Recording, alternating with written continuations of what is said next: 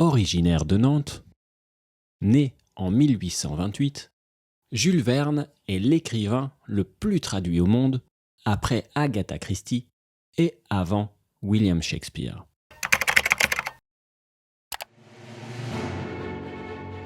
Il est aussi l'auteur français dont les écrits ont été les plus souvent adaptés au cinéma.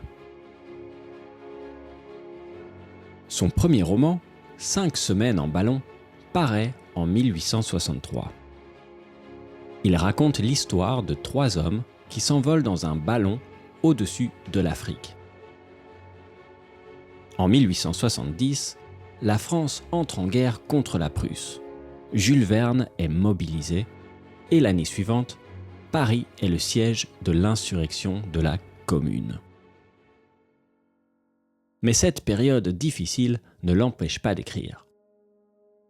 Au contraire, il signe un de ses plus grands chefs-d'œuvre, Le Tour du monde en 80 jours.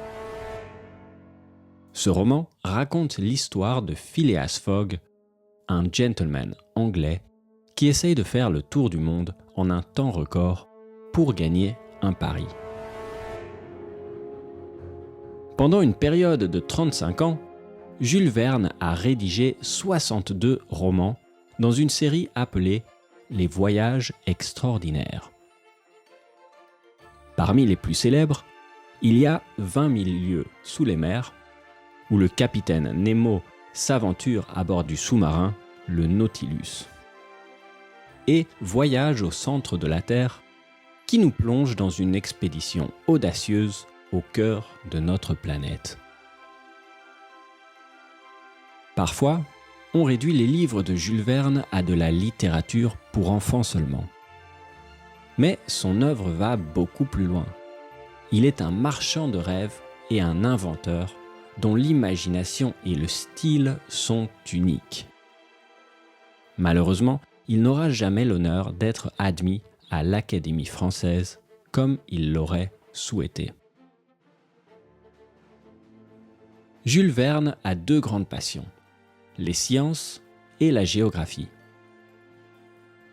Il est fasciné par les avancées technologiques et industrielles de son temps.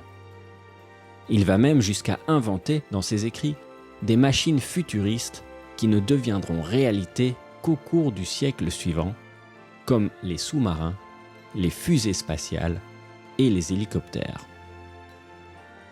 Il est une sorte de Léonard de Vinci de son temps. En plus d'être un visionnaire hors pair, ses livres font voyager ses lecteurs aux 4 coins du monde et des abysses à la Lune.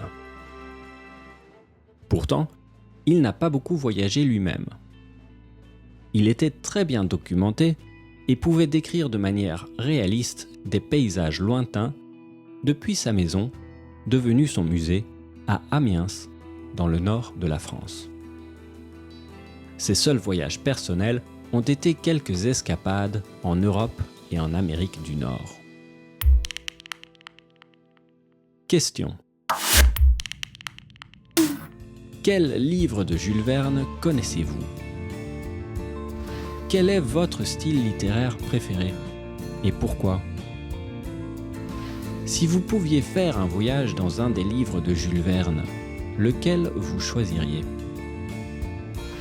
Est-ce que la science-fiction peut influencer la technologie et comment ?